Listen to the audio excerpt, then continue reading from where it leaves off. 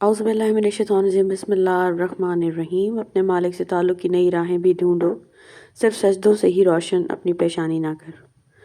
زندگی میں بہت مختصر ہے، اسے دعوتوں کے پیچھے ضائع نہ کریں، لیکن جہاں بات حق کی ہو وہاں خاموش بھی نہ رہیں۔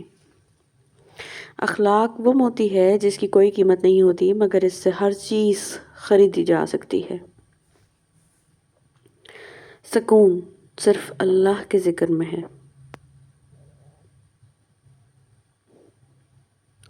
اے اللہ، ہمارے دلوں کو قرآن سے منور فرما۔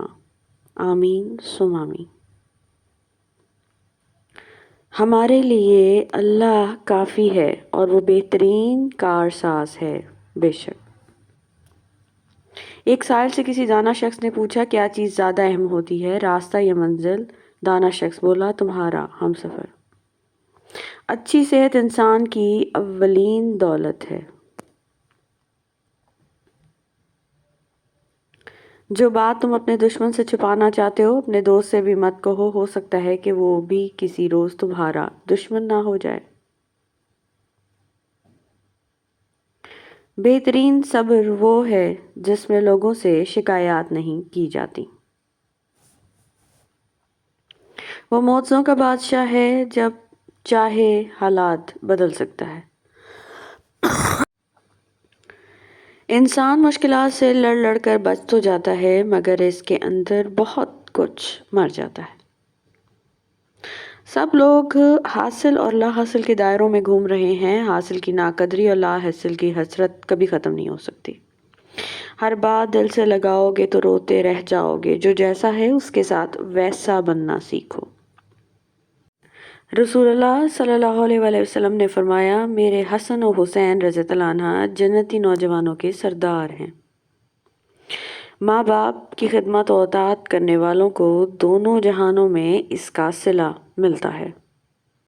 جس دن تم نے اپنے بگڑے ہوئے کاموں میں شکوے کی جگہ اللہ کی مصلحتوں پر غور کرنا شروع کر دیا نا، یقین کرو تم کامیاب ہو گئے۔ رسول اللہ صلی اللہ علیہ وسلم نے ارشاد فرمایا، لوگوں کے عیب نہ ٹٹولو ورنہ اللہ تعالیٰ رسوا کر دے گا۔ جب بھی ماں پر نظر پڑتی ہے تو احساس ہوتا ہے کہ ابھی بھی دنیا میں محبت باقی ہے۔ میں نے ہر شخص کو محترم سمجھا، کسی کے دل میں کیا ہے خدا جانے۔ شکوے تو بہت ہیں مگر دل بولتا ہے، بے شک اللہ صبر کرنے والوں کے ساتھ ہے۔ ہر چیز عارضی ہے یہاں، اگر خوشی کا موسم نہیں رہا تو غم کا موسم بھی نہیں رہے گا۔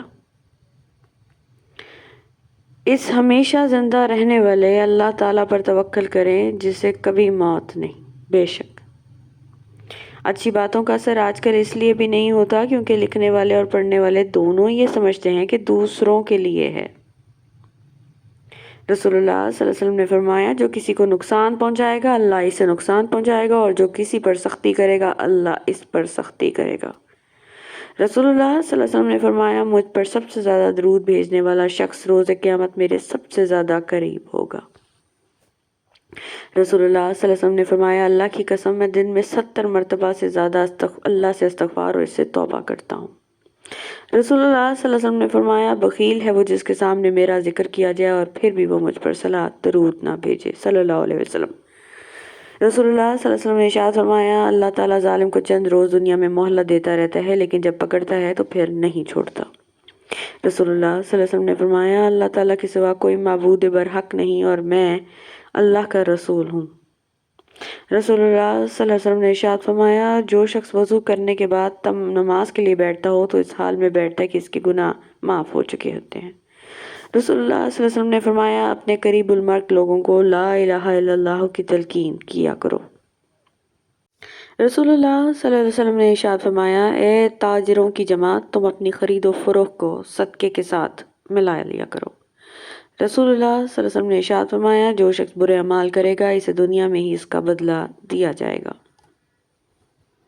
رسول اللہ صلی اللہ علیہ وسلم نے فرمایا، حلال چیزوں میں اللہ کے نزدیک سب سے زیادہ ناپسندیدہ اور مبغوض چیز طلاق ہے۔ رسول اللہ صلی اللہ علیہ وسلم نے فرمایا، سب سے بہتر بات اور سب سے اچھا کلام کتاب اللہ قرآن ہے، اور سب سے بہتر طریقہ اللہ کے رسول محمد صلی اللہ علیہ وسلم کا طریقہ ہے۔